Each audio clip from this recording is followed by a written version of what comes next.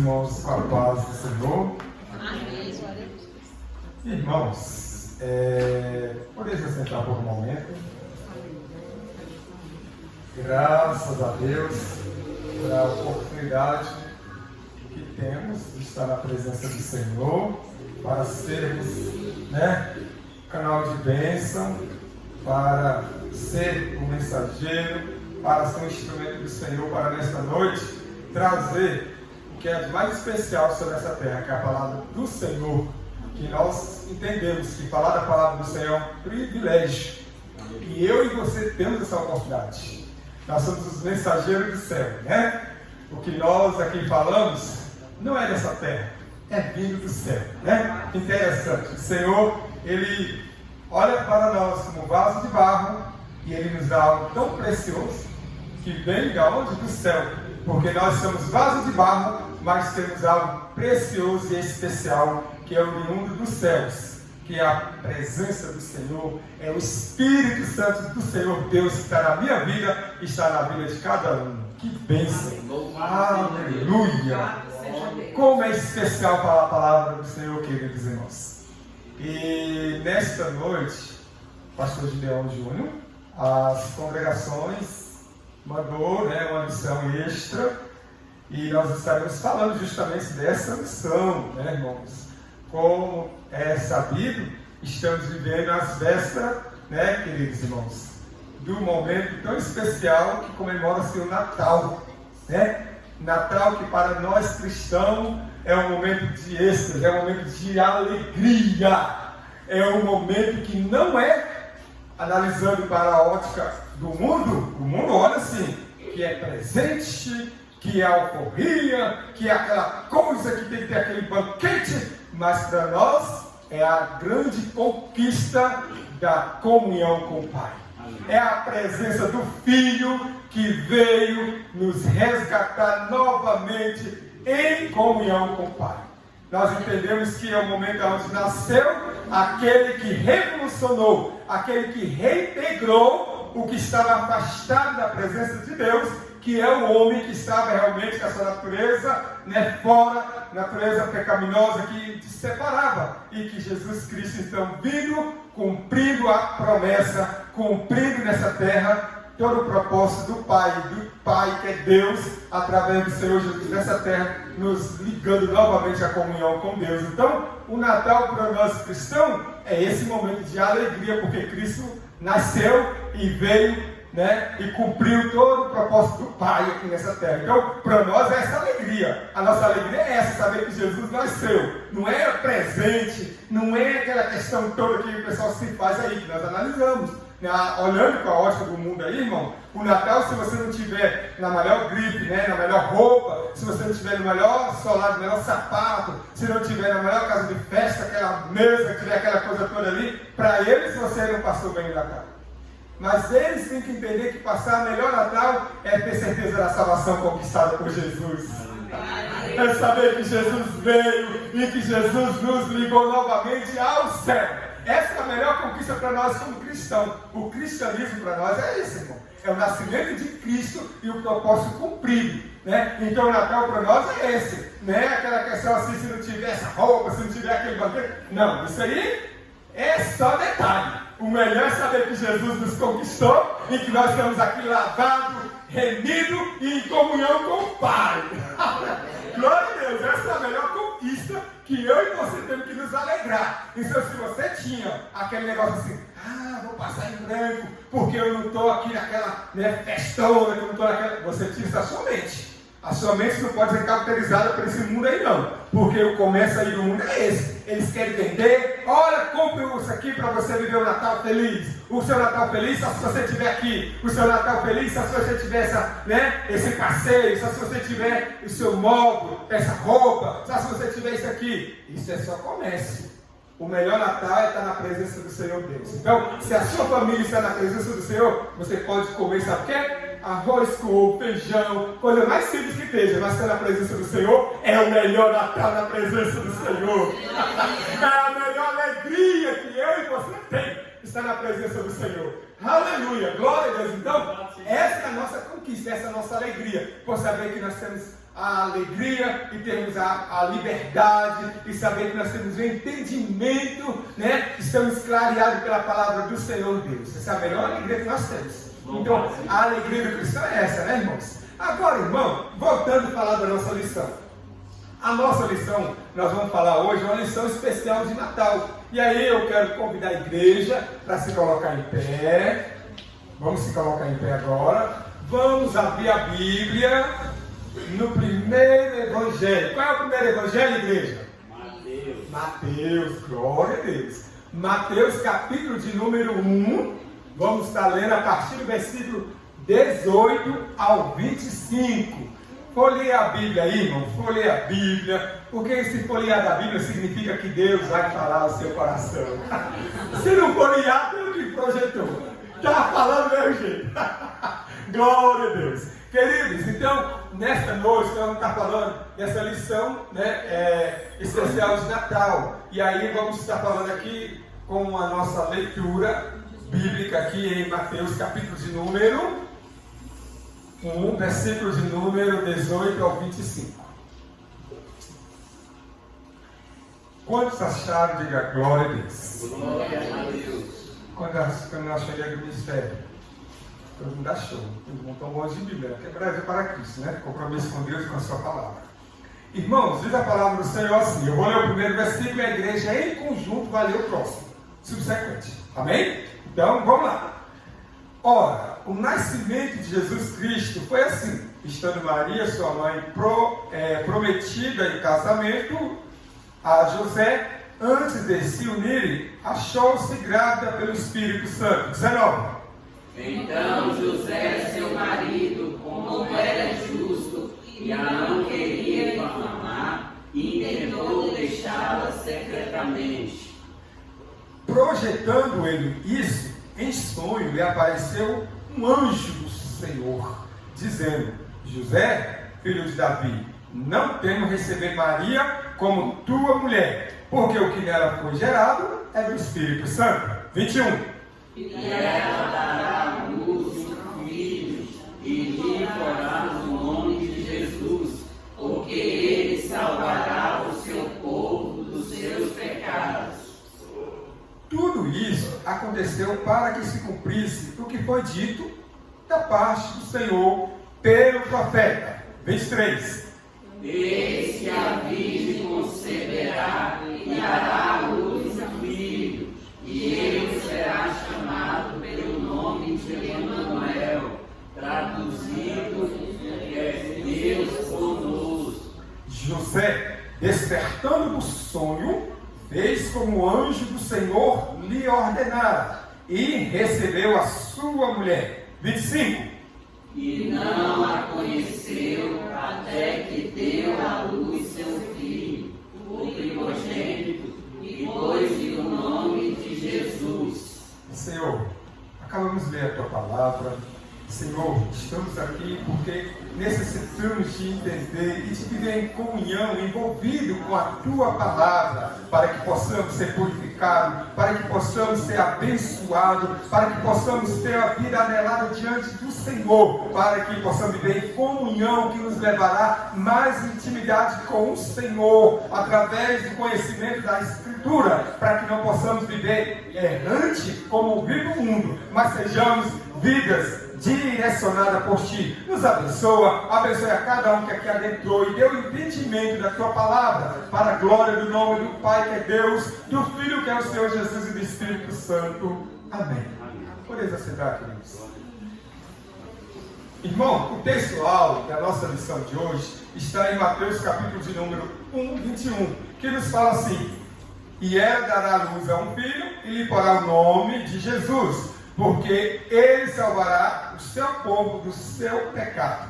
Aqui está descrito no textual a Maria, né? Quando o próprio profeta, o próprio Isaías ali profetizou que haveria de nascer, né, da própria mulher, um que pisaria a serpente, um que o seu nome seria maravilhoso, conselheiro, Emanuel. Esse, né, seria Jesus Cristo que haveria de nascer. Isso, irmão, Analisamos no tempo do profeta, quando Isaías profetizou que haveria de acontecer o nascimento de Jesus. Isso lá 1.700 anos ou mais antes de Jesus nascer, mas ele já havia sido anunciado.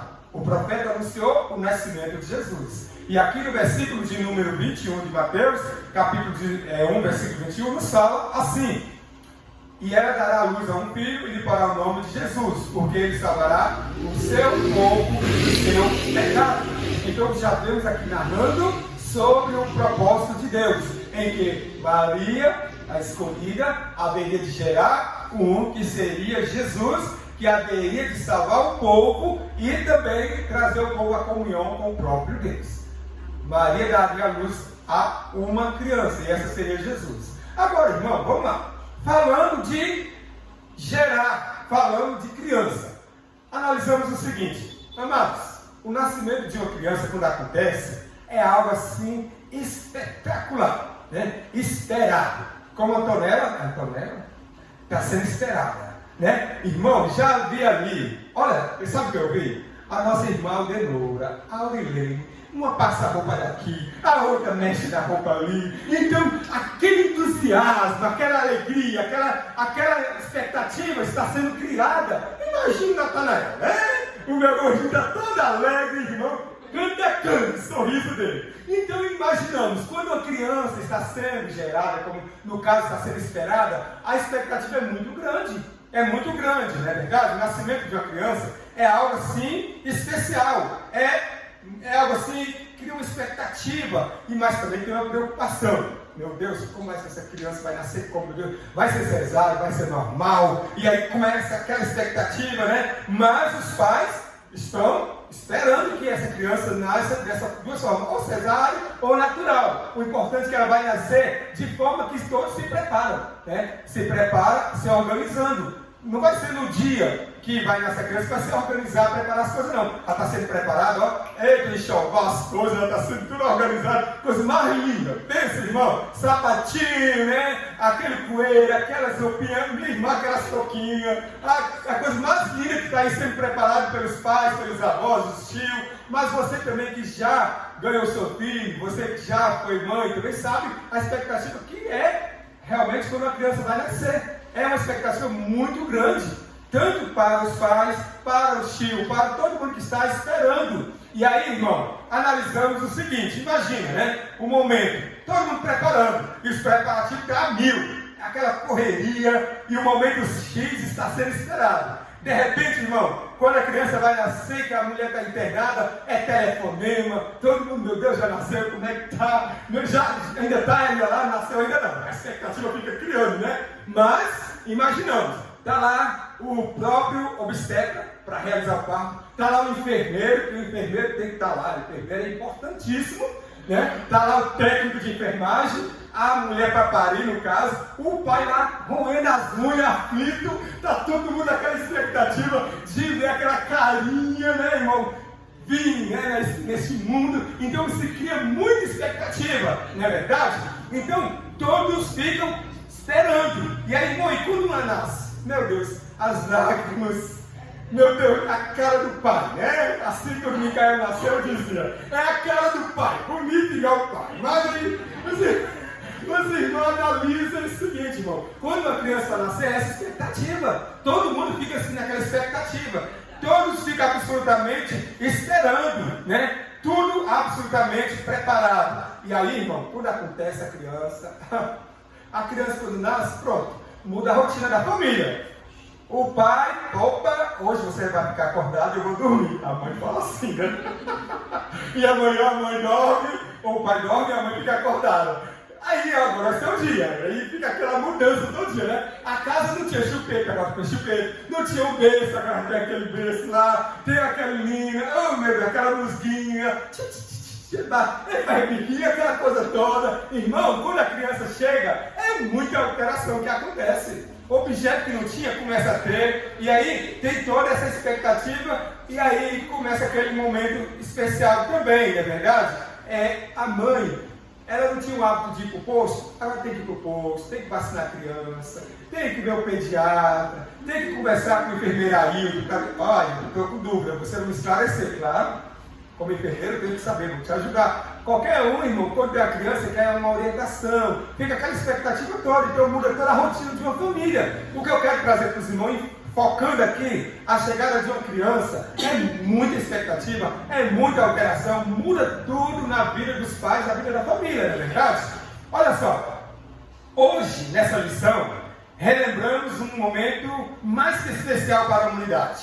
Irmão, Deus resolveu habitar em nosso meio, né? E aí, o que ele fez? Irmão, o próprio Deus resolveu habitar em nós, de forma que Ele, carinhosamente, irmão, nos mandou o seu próprio Filho, que nasceu de uma virgem chamada Maria. Irmão, imagine Maria que estava despojada com José. Olha, o povo, os hebreus, irmãos, analisa o seguinte, veja só. O povo, lá conforme a Bíblia narra aqui, quando eles estavam com algum compromisso, desde 12 anos a mulher já ficava compromissada. Os pais já compromissavam a mulher com o seu próprio pretendente. E Maria estava nessa faixa etária, de 15 anos para lá. Ela estava já despojada, ou seja, compromissada com José. E aí o que acontece? O próprio, o Senhor apareceu através do anjo para Maria, que ela haveria de gerar uma criança. E essa criança, nós observamos aqui, irmão, seria o próprio Senhor Jesus que ela haveria de gerar. Porém, o que acontece, irmão? Ela foi realmente ali gerar aquela criança através do próprio Espírito Santo na vida de Maria. E José não tinha coabitado com ela. Mas José, quando soube que ela estava grávida, ele ficou tentando deixá-la. Porque ele não queria envergonhar a Maria. Porque, como assim? Ele estava prometido, mas não tinha casado, ele não podia coabitar ainda. Tinha que celebrar o casamento. E Maria aparece grávida, vou deixar Maria. O que nós vemos aqui? O anjo apareceu a José para que ele não deixasse a Maria. Porque o que estava gerado dela era do próprio Deus. Que através do seu Espírito Santo. E aí, irmãos, o que analisamos aqui? A chegada de Jesus era necessária. Se o nascimento de uma criança muda tudo, e o nascimento de Jesus? Irmão, nós acabamos de ficar muito felizes aqui, na expectativa da criança, conversando aqui, como é bom, como é maravilhoso que é uma chegada da criança, muda tudo na nossa vida. Imagina a chegada de uma criança chamada Jesus. A criança chamada Jesus, como não muda tudo? Muda tudo. E é verdade, irmão. Era necessário o nascimento de Jesus Cristo? Olha, irmão, era necessário o nascimento de Jesus Cristo? Sim, era necessário. Por quê? O nascimento de Jesus Cristo mudou toda a humanidade quando Cristo nasceu. Porque Cristo, quando ele nasceu, ele cumpriu a promessa do próprio Deus de voltar o homem em comunhão com o próprio Deus. Porque o homem estava afastado de Deus. E todos os sacrifícios não eram perfeitos. Era algo que era falho. E nem todos conseguiam ter comunhão com Deus. E aí o próprio Deus, pensando nisso, ele queria resgatar o homem em comunhão com ele. Por isso que ele mandou o próprio Filho, através, realmente, da própria Maria que teve, gerando a criança, através do Espírito Santo que foi gerado ali, para poder viver nessa terra, para que pudesse resgatar o homem em comunhão com o próprio Deus. E aí que eu quero falar para os irmãos aqui. Era necessário o nascimento de Cristo? O que mudou para a humanidade quando Jesus nasceu? Aí, irmão, faz uma analogia. Pensa com você aqui agora. Era necessário o nascimento de Cristo? E o que é que mudou para a humanidade com o nascimento de Cristo? Quando o nascimento de Cristo aconteceu, o que é que aconteceu de mudança? Irmãos, analisamos o seguinte. Brasil, analisamos Estados Unidos, analisamos Rússia, analisamos o próprio Israel.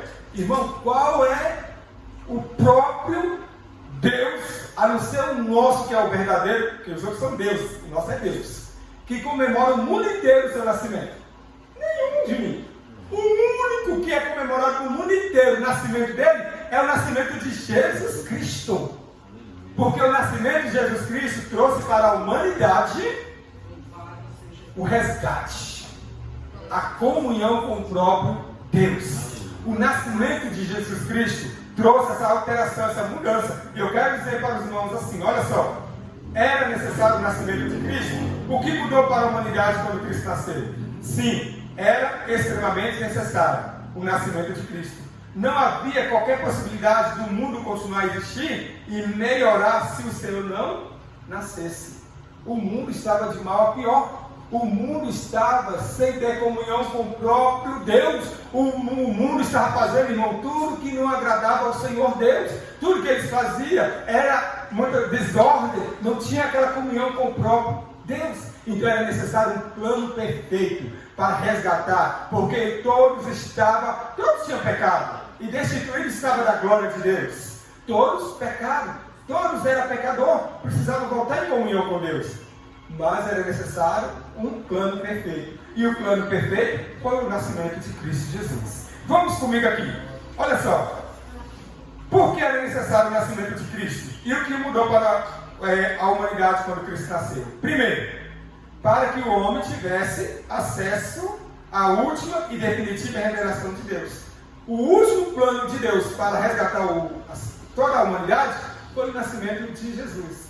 Esse foi realmente o que é um plano perfeito. Deus fez um plano perfeito. Irmão, analisamos o seguinte, vamos lá. Hebreus capítulo de número 1, versículo 1 e o 2. Olha o que é que nos fala aqui, vamos lá. O que é que diz aqui o plano perfeito do próprio Deus? Havendo Deus antigamente falado muitas vezes e de muitas maneiras aos pais, pelos profetas, a nós falou-nos nesses últimos dias pelo Filho. Então, Deus queria voltar a falar com toda a humanidade. E Ele não tinha como, porque estava todo mundo pecado, todo mundo tinha pecado, e o pecado afastava o ser humano de Deus. E não tinha como Deus falar com o ser humano, porque, irmão, era muita imperfeição, o pecado cheira mal nas narinas de Deus, o ser humano estava afastado de Deus. Então Deus queria voltar à comunhão, Deus queria um plano para resgatar a humanidade. E aí o que Ele fez? Mandou o seu Filho, e Ele nos falou através do seu Filho, Jesus Cristo. Versículo 2. A quem constituiu herdeiro de tudo, porque fez também o mundo. Irmão, Jesus estava quando foi feito o mundo? Estava, não é verdade? Quando nós analisamos lá no Gênesis capítulo de número 1, versículo 1, o que nos fala? Bota para mim, Gino. Gênesis 1, versículo 1, o que nos fala a palavra do Senhor? Olha só, no princípio criou Deus os céus e a terra. Próximo. E a terra era sem forma e vazia, e havia trevas sobre a face do abismo, e o Espírito de Deus se movia sobre a face das águas. Próximo. E disse Deus, haja luz, e houve luz. O Senhor Jesus estava no início de toda a criação dos céus e da terra. Porque passamos, né? Então não foi um só, não é verdade? Então estava presente o próprio Filho lá. Agora vamos analisar o seguinte, comigo aqui. Durante o século, Deus procurou se fazer conhecido ao homem. Deus nunca desejou distanciar do homem. Ao contrário, sempre quis a comunhão. Assim procurou se revelar a nós, primeiramente pela criação. Irmão, então, Deus falava através de quê? Através dos profetas.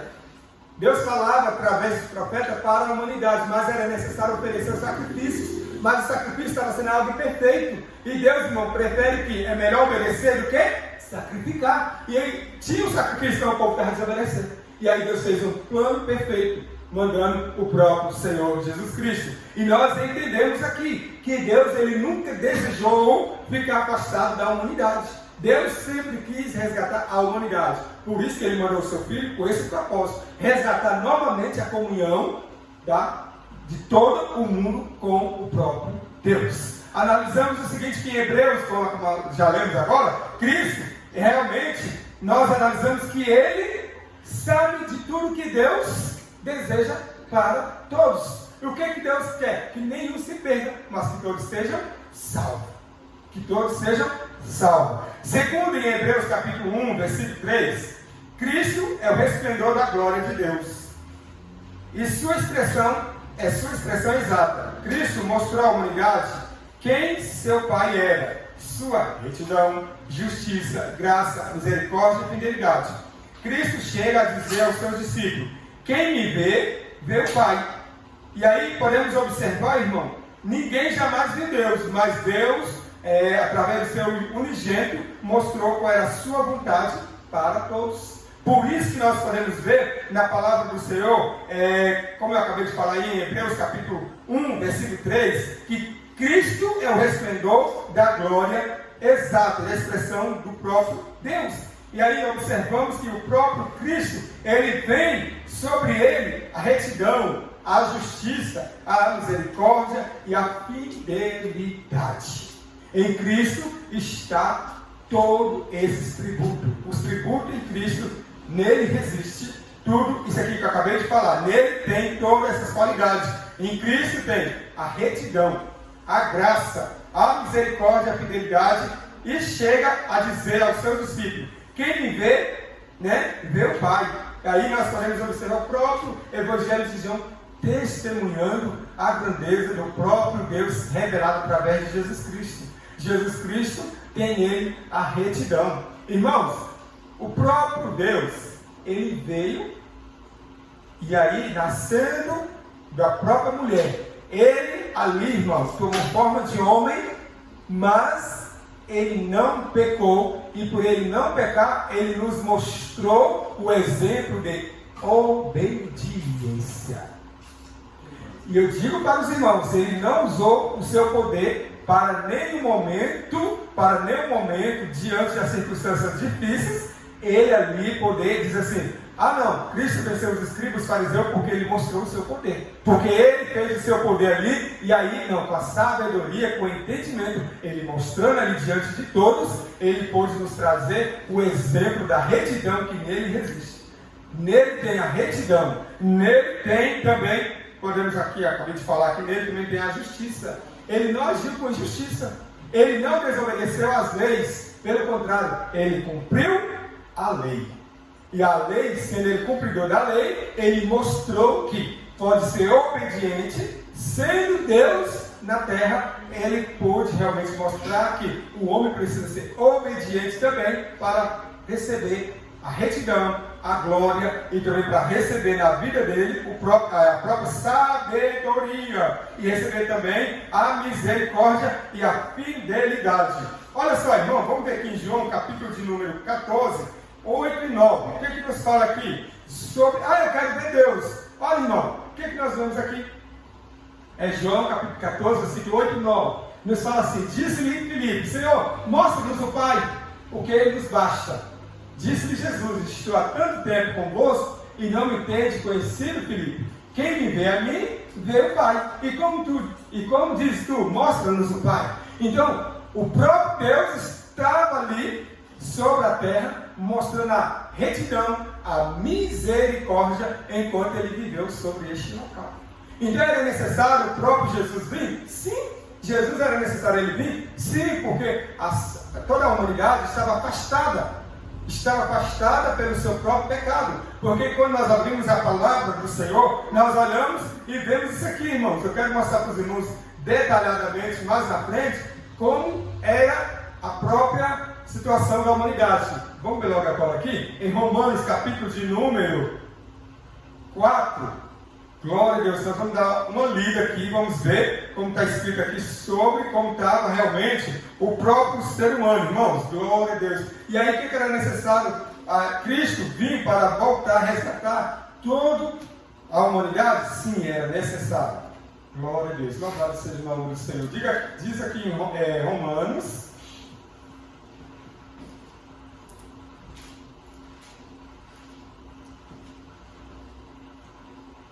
Glória a Deus. Vamos ler aqui a partir do versículo de número 1. Romanos 4. Que diremos, pois, ter alcançado Abraão, nossos pais, segundo a carne? Se de fato Abraão foi justificado pelas obras, tem que se gloriar mais diante de Deus. O que diz a Escritura? Abraão creu em Deus, e isso foi-lhe acreditado como justiça. Ora, quem faz qualquer obra, seu salário não é considerado um favor, mas uma dívida. Nesse versículo aqui não, irmão. Acho que eu peguei um versículo diferente aqui. Glória a Deus. É o Romanos capítulo número 6, né? Capítulo 6, versículo 1. Diz assim: que diremos, pois? Permaneceremos no pecado para que a graça ausente? De modo nenhum. Nós que estamos mortos para o pecado, como viveremos ainda nele? Ou não sabeis que todo quanto fomos batizados em Cristo Jesus, fomos batizados da sua morte? De sorte que fomos sepultados com ele pelo batismo na morte, para que como Cristo ressurgiu dentre os mortos, pela glória do Pai, assim andemos nós também em novidade de vida. Então, todo ser humano estava o quê? Afastado, porque realmente estava todos pecados, todos tinham pecado. E aí era necessário um plano perfeito para voltar à comunhão de Deus para com o ser humano. Por isso que o próprio Senhor Jesus, vindo, ele nos garantiu essa comunhão, esse novo acesso ao próprio Deus. Vamos continuar aqui. Era necessário o nascimento de Cristo? O que mudou para a humanidade quando Cristo nasceu? Em segundo lugar, para tornar possível e definitiva a salvação. Então, quando Cristo nasceu, ele colocou um ponto final na salvação para a humanidade. Então, quando Cristo nasceu, ele abriu a porta do céu para a humanidade. Porque não era todos que tinham direito à salvação. Porque alguns conseguiam oferecer sacrifício e outros não. Um era justificado e outros não. Então, tinha pessoas que não eram justificadas, não eram perdoadas. Mas, quando Cristo veio, ele agora colocou um ponto final. Que agora todos que crêem nele, têm o céu por eterna morada. São justificados em Cristo Jesus.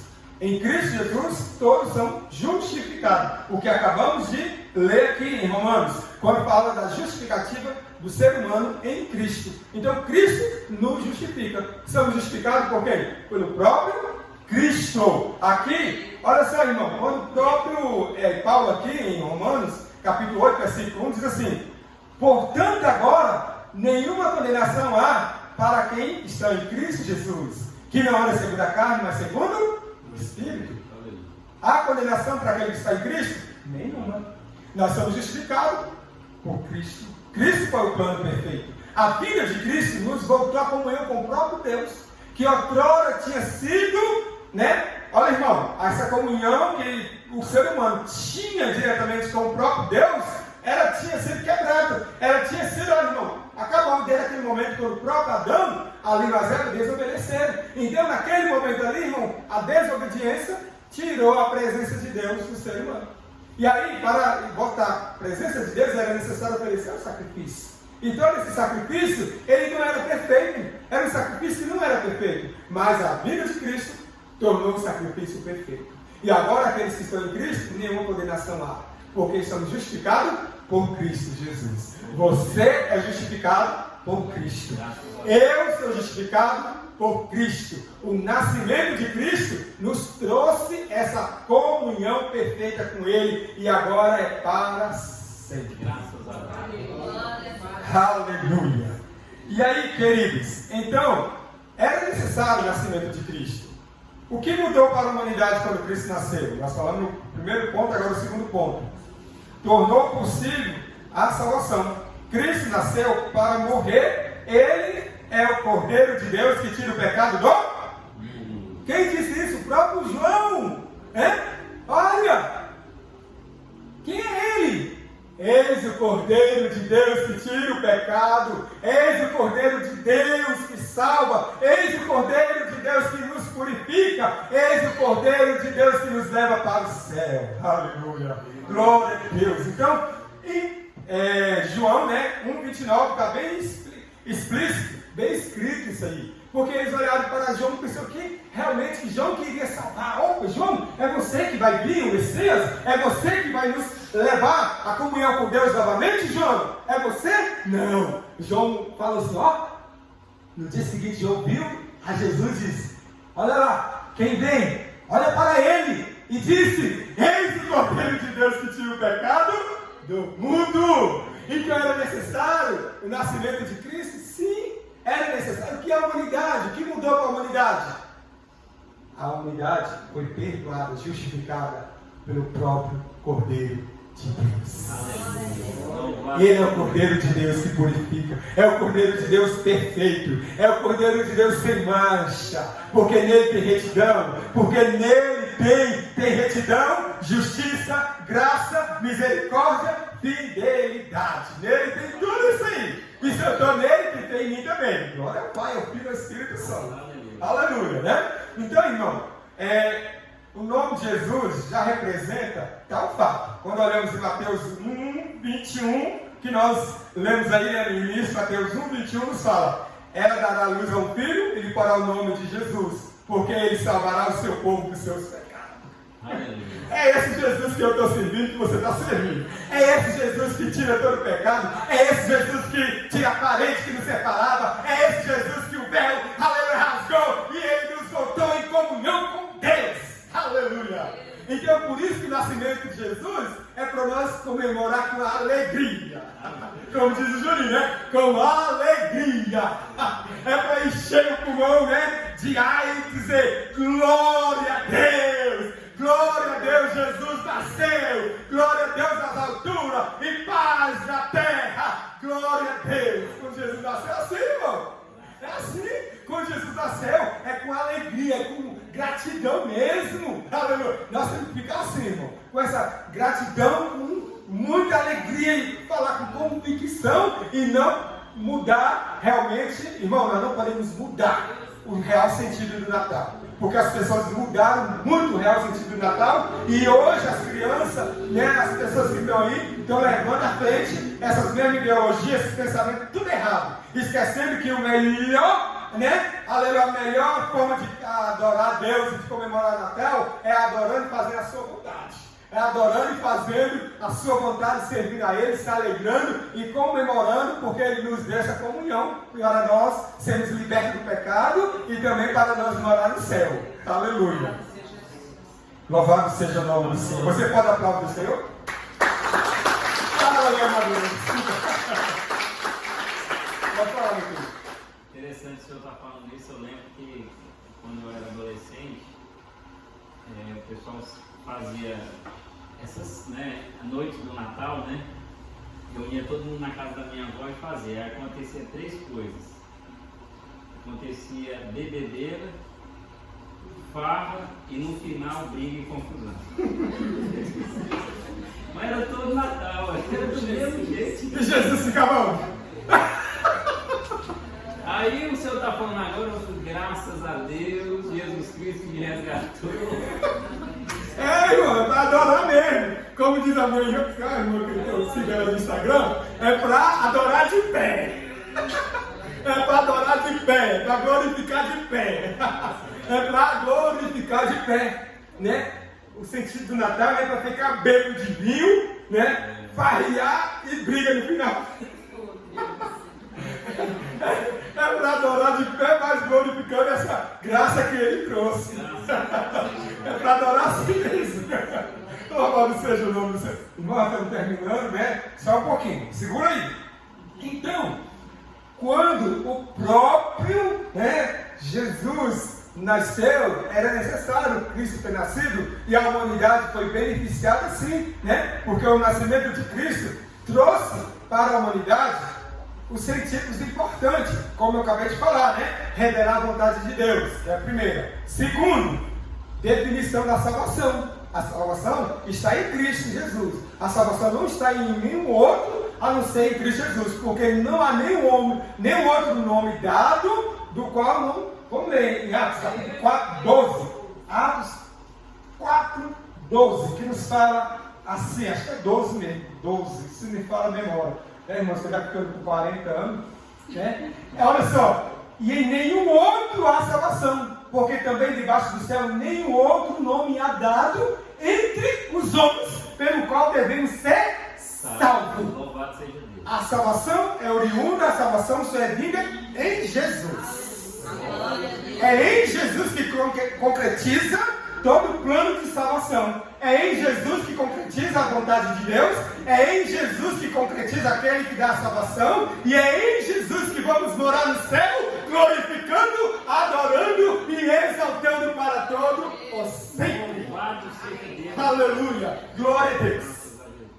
E aí, queridos, vejamos assim, diz a palavra, né? O plano de Jesus ter nascido, o que mudou e que a humanidade ganhou. Vejamos o seguinte, diz assim a palavra do Senhor: o homem, por seu mérito, não tinha nenhuma possibilidade de salvação e redenção dos seus pecados. Os meios de redenção, quando era infeliz, era absolutamente temporário. Assim, o Pai, por não encontrar ninguém capaz de efetuar o plano de salvação da humanidade na plenitude do tempo, enviou o seu Filho. Aqui que eu estou dizendo com a expressão aqui, irmão, que antigamente tinha até o sacrifício, tinha alguns planos, tinha alguns projetos, porém era algo temporário, não ligava o homem para todo sempre.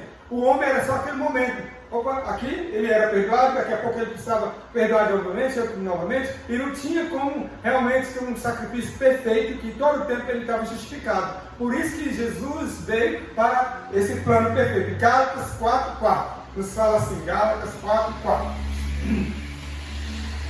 Gálatas 4:4 nos fala bem claro sobre a expressão da própria palavra do nosso Deus, né? Deixando, irmão, assim: mas vindo a plenitude dos tempos, Deus enviou o seu Filho, nascido de mulher, nascido sob a lei. Então, não era sobre a lei que, para ser justificado, tinha que ser feito pelo homem o sacrifício, só que todos vão fazer sacrifício, mas era imperfeito. E aí o próprio Deus fez o quê? Mandou o seu próprio Filho, nascido em mulher, né? Vivendo como homem e justificando que ele, vindo aqui, ele não pecou, ele não falhou, e ele foi o exemplo, e ele morreu, e ele nos justificou pelo seu exemplo e pela forma de viver nessa terra. Porque quando nós vamos falar de bondade, olhamos para quem? Jesus. Quando vamos falar de retidão? Jesus. Quando vamos falar de justiça? Jesus. Quando vamos falar de salvação? Jesus. Ele é o exemplo que todos precisamos. É nele, para a glória dele. Aleluia. Louvado seja o nome do Senhor.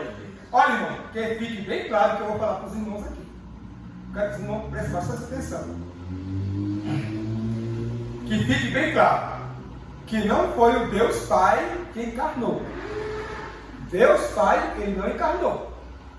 Quem veio e nasceu da mulher foi o próprio Jesus. Louvado seja Deus. Foi o Filho. Deus, ele não veio e encarnou na mulher, não. Quem foi? Foi o próprio Filho. Aleluia. Então, quem vem para o estudo, aprende o que eu estou esclarecendo aqui. Que quando o próprio Deus veio e mostrou aqui na terra a sua vantagem, não foi o próprio Deus Pai, foi o próprio Deus Filho. Graças a Deus. Amém? Por que eu estou falando isso, irmão? Que fique bem claro que não foi o Deus Pai que encarnou. Porque Deus Pai não se fez carne. Tal fato foi realizado em Cristo, Deus Filho. Logo, o julgamento de Deus, o Pai, é a devida punição pelo pecado seria possível. Só alguém em carne humana pode representar veridicamente, substitutivamente, outro homem, assim tudo estava preparado para a salvação de toda a humanidade. Eu quero que os irmãos só observem aqui, Romanos capítulo 5, versículo 18 e 19. Enquanto o irmão vai colocar aí, eu vou dar seguida aqui para a gente não prolongar. Olha que eu quero deixar claro aqui. Não se esqueça que pela bênção da substituição, Deus nos abençoou com a salvação. O que eu quero dizer isso aí? A bênção da substituição. Quem era para ser condenado? Quem era para receber toda, irmão, sentença pelo erro? Quem era para receber? Nós. Foi substituído ou não foi? Foi. Quem recebeu o pecado, né? Quem recebeu a sentença, né? A bênção que nos traz a paz caiu no ombro de quem? Jesus. Irmão, Jesus tornou-se um homem maldito por quê, irmão? Porque ele pegou o quê? Ele subiu numa cruz, se fez maldito, porque todos que subiam na cruz era tido como maldito, né? Ele se fez para que pudesse substituir em amor a minha vida e a sua vida. Graças a Deus. Por isso que nós temos que ter aí que Romanos capítulo 5, 18 e 19 nos fala assim: Pois assim como por uma só ofensa veio o juízo sobre todos os homens para a condenação, assim também por um só ato de justiça veio a graça sobre todos os homens para a justificação de vida. Porque, como pela desobediência de um só homem, muitos foram feitos pecadores. Assim, pela obediência de um, muitos serão feitos Justos. Então, a obediência de um, muitos serão justos, justificados. É bem esclarecido. Eu nem vou muito enfatizar isso aí, porque está bem claro. Deixa bem enfatizado aí que pelo o erro de um só, que no caso Adão, todos nasceram com a natureza pecaminosa. Então estavam todos afastados da glória de Deus. Mas pela obediência de um, todos foram novamente justificados. Graças a Deus. Glória a Deus. Irmãos, muitas vezes, como anos de cristão, que a gente muitas vezes é anos de cristão, né? Eu tenho mais de 20 anos de cristão. Mas a palavra do Senhor não é a mesma. Ela vai renovando. Ela vai trazendo um novo conhecimento. E eu nunca digo que eu sei demais. Porque a palavra do Senhor, irmão, é um manjar, é especial, algo diferente. Eu posso ter isso aqui, esse estudo, daqui a pouco se o Juninho for dar esse estudo, uma sabedoria maravilhosa. Se o pastor Fernando vir esse estudo, outra sabedoria maravilhosa, porque o Espírito Santo de Deus vai renovando. Ele renova essa palavra e ele fala conosco. Então o que eu quero dizer para os irmãos é o seguinte: ai, pastor Ailton, você está falando assim sobre essa mesma tese dessa comunhão que nos foi novamente, né, voltada para o ser humano quando Cristo veio, e você está enfatizando muito isso aí? Sim, porque o que nós estamos vivendo nesses últimos momentos agora, ou melhor dizendo, nessas datas agora, está nos falando sobre o Natal. E o real significado do Natal é o nascimento de Jesus. E o nascimento de Jesus, ele simboliza para nós justamente o quê? A nossa salvação. Ele nos justifica aqui, irmão, a nossa comunhão com o Pai. Então eu quero enfatizar mesmo, eu quero falar claramente aqui que o nascimento de Jesus tem essa importância muito grande para a nossa vida. Precisamos estar falando mesmo, porque nós seres humanos somos assim, irmão, acabei de errar e de esquecer as coisas. E não só falo eu, irmão, o povo de Israel, quando nós analisamos como Deus tirou o povo de Israel do Egito com um braço forte, né? Livrou, ele abriu o mar vermelho, Deus ali providenciou manjar, Deus ali abençoou a água no deserto. Irmão, o povo de Israel, quando estava ali no deserto, irmão, todo mundo sabe como é que é deserto, né? Quando é o dia, o sol é daquele jeito, pior que no Piauí, escaldante, meu Deus do céu, é muito quente, é quente mesmo, né? O sol escaldante. Agora esse irmão analisa o seguinte: quando era noite, aquele frio, mas o povo de Israel não tinha a presença de Deus. Quando era de dia, o quê? A nuvem. Quando era de dia, a nuvem, ó, o povo ia, Juninho, e a nuvem ia. O povo sempre tinha a nuvem, estava lá. Irmão, e à noite não tinha frio não, irmão, porque tinha a coluna de fogo lá, ó, aquecendo o povo. Deus sempre estava guardando, Deus sempre estava com aquele povo abençoando. Irmão, e você sabe que a presença de Deus era constante, que o povo muitas vezes até esquecia da vontade de Deus e ficava curvando para as outras coisas. E aí, irmão, o que acontece? Nos nossos dias atuais, muitas coisas, irmãos, a gente tem que continuar falando, sabe por quê? As pessoas esquecem o real sentido do Natal, o real sentido da presença de Jesus, o objetivo que Jesus fez sobre essa terra. Então eu tenho que ficar falando e falando, porque precisamos ser edificados nessa palavra do Senhor. Porque as pessoas erram, porque não conhecem as Escrituras e nem o poder de Deus.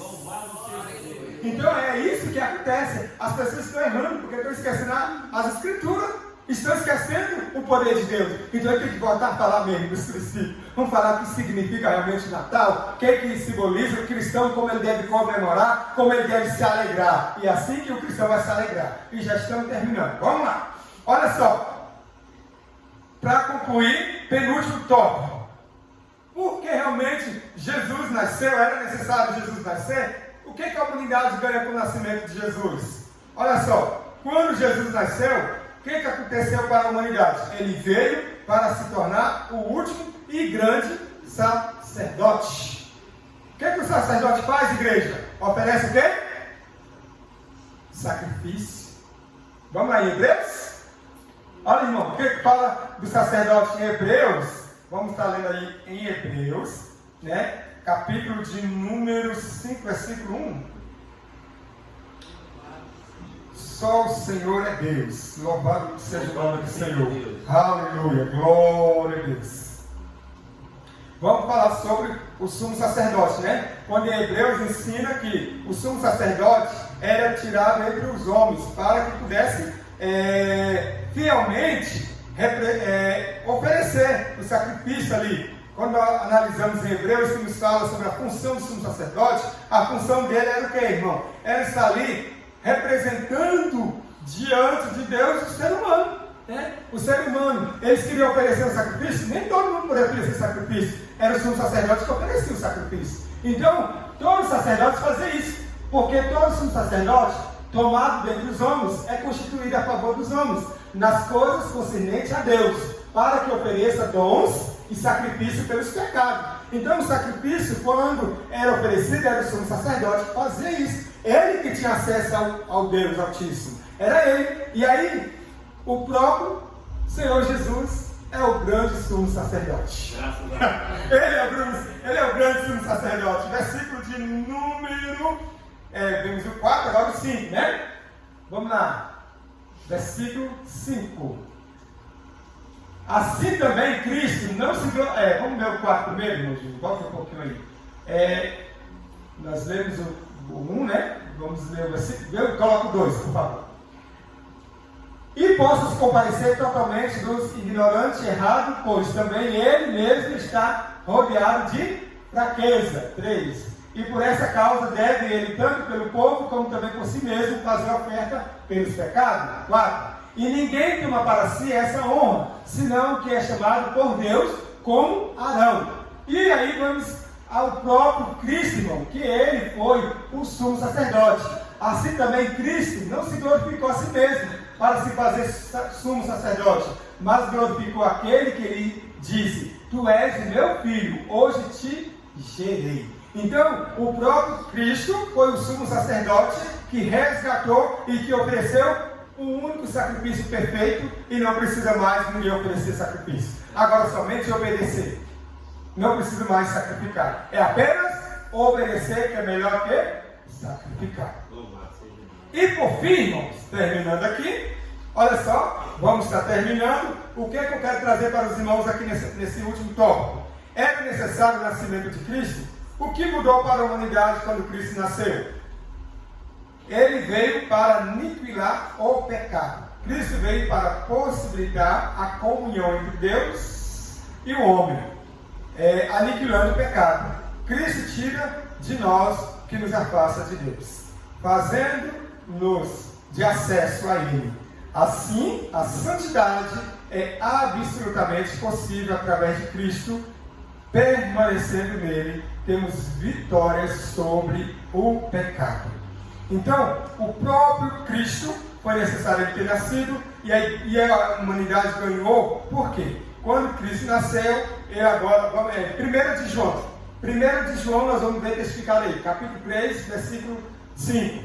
Em 1 de João, né? Quando em 1 de João vai nos falar claramente sobre o real propósito de Cristo, quando nos fala assim: e bem sabeis que ele se manifestou para tirar os nossos pecados, e nele não há pecado. Nenhum pecado. Graças a Deus. Irmão, só pode saber o que o ser humano sente se for ser humano, né? Agora, analisa o seguinte: só pode saber a dor que eu estou sentindo se for ter sido ser humano. Só pode saber a tentação se for ser humano. Irmão, Cristo foi ser humano? Foi. Cristo foi ser humano? Foi. Cristo teve fome? Teve. A Bíblia diz Cristo. Cristo teve emoções? Cristo chorou. Cristo orou?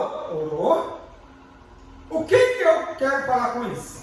Irmãos, nós, aqui nessa terra, enquanto estivermos aqui, nós podemos ter certeza que nós estamos diante de um Deus que entende as nossas fraquezas.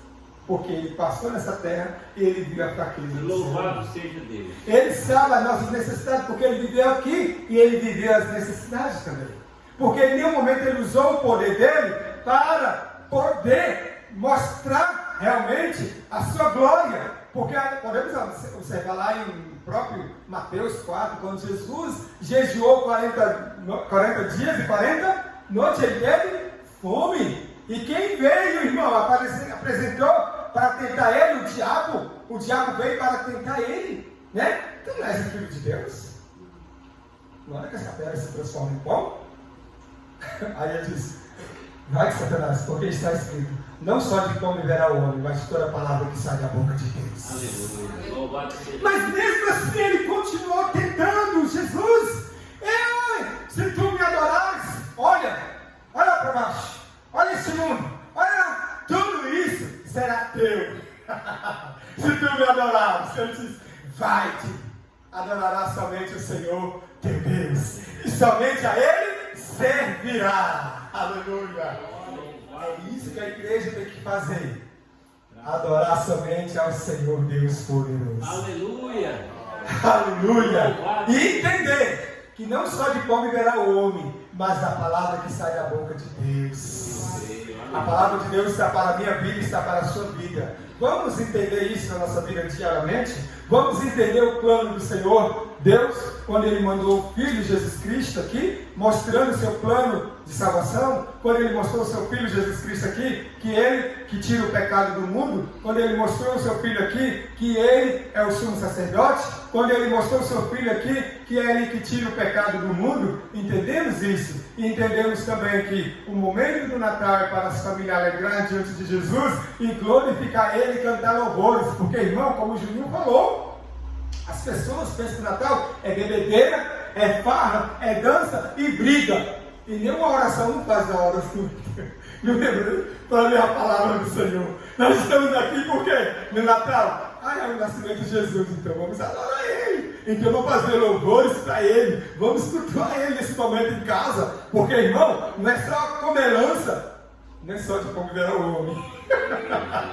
Vamos adorar Ele também, né? No momento, vamos fazer aquele momento de gratidão a Ele. Nas nossas famílias, eu tenho que privar isso, você vai fazer isso. Irmão, não é para mim me gloriar não, mas a minha esposa está aí. Ela está na minha casa, qualquer aniversário, qualquer almoço, qualquer coisa que eu vou fazer, a oração tem que acontecer. Pode vir primo que gosta de farra, pode vir o que for. Lá na minha casa não, ele vai ter que fazer o que? A oração comigo, e vai ouvir os irmãos cantar louvores, e vai sentar ali, e vai comer, e vai sentar na minha mesa ali, que é na presença do Senhor. É assim que eu tenho que fazer, irmão. Eu não tenho que juntar a ele, não, ele tem que juntar a mim. Porque eu fui liberto, e eu sei que a vontade é fazer a vontade do Pai. É isso que eu tenho que entender. E nós, como cristãos, nós temos que entender que eu sou selado pelo Senhor, você é selado pelo Senhor. Aleluia. Glória a Deus. Conclusão. Ana Clécia, está preparada aí? Glória a Deus. Irmãos, olha só, vou ter a Ana Clécia assim para cantar um hino aqui. Hoje, chega aqui, a Ana Clécia canta assim. Ela diz, eu não sei estilo, não. Ela que lute. Glória a Deus. Mas enquanto ela vem, eu quero dar só a conclusão aqui. Vejamos. Olha só. Amados, né? Umas coisas assim, irmãos, que eu quero que os irmãos entendam, que muitas vezes tem algumas curiosidades, alguns entendimentos que eu não consigo alcançar, porque, irmão, as coisas reveladas é para o homem, mas aquilo não se revelado é o mistério de Deus. E tem algumas coisas que eu não sei, e nós também não sabemos. Tem coisas que só quando nós estiver lá no céu, não perguntar para o próprio Senhor Jesus Cristo. Uma dessas é que eu quero falar aqui. Olha só, amados, há alguns fatos que nos intrigam, como o Senhor, Criador de todas as coisas, sustentador de todo o universo, conseguiu se despir de sua glória e tomar forma humana. Como aconteceu isso, hein? Como o próprio Senhor Jesus, cheio de glória, né? Lá no resplendor de sua glória, e tomou forma de homem. Como é que aconteceu? Eu não sei. Outra questão aqui, irmão. O que teria passado na mente de Deus, o Pai, ao ver o seu filho amado, limitado na pele de um bebê? Não teria um lugar melhor para o nascimento do Salvador do mundo? Qual o motivo de tanta simplicidade? Onde Jesus nasceu? Ele nasceu no palácio? Ele nasceu no castelo? Onde ele nasceu? Onde Jesus foi nascer? Irmão, não imagina a hora que foi o local que serviu para ele ficar. Ele nasceu, foi no palácio? Não. Onde foi que nasceu? O próprio Filho de Deus. Irmão, nós estamos falando de Filho de Deus, o grande, todo poderoso, que tem tudo nessa mão, que pode fazer todas as coisas. O Filho do Rei. Onde ele foi nascer? Na simplicidade. E por que aconteceu assim, irmão? Não me pergunta. Já falei para os irmãos, quando vocês estiverem no céu, vamos perguntar para Jesus. É outra coisa que eu quero que os irmãos entendam, né? Por que motivo não há castelo, né? Não houve aquela festa, aquela alarido quando Jesus nasceu, aquela coisa toda. Outra coisa importante, por que somente alguns magos do Oriente veio, alguns pastores do momento que Jesus nasceu ali, né? Uma questão muito importante, irmão. Qual fato ainda nós não entendemos? Talvez possamos entender o que Paulo escreveu. Olha só, eu quero deixar esses versículos aqui para encerrar aqui. Quando em Romanos, capítulo de número 11, 33 e 36, irmão, vai ver em casa, que fala assim: ó profundidade das riquezas, tanto da sabedoria como da ciência de Deus. Quão insondáveis são os seus juízos, e quão inescrutáveis os seus caminhos. Pois quem jamais conheceu a mente do Senhor? Né? É uma pergunta, eu não fiz como interrogação. Ou quem se fez conselheiro? Ou quem lhe deu o primeiro a ele para que ele seja recompensado? Porque dele, e por ele, e para ele, são o quê? Todas as coisas. E glória ao Pai, ao Filho e ao Espírito Santo. Aleluia. Vamos adorar o Senhor com a oferta. A Eclésia vai adorar.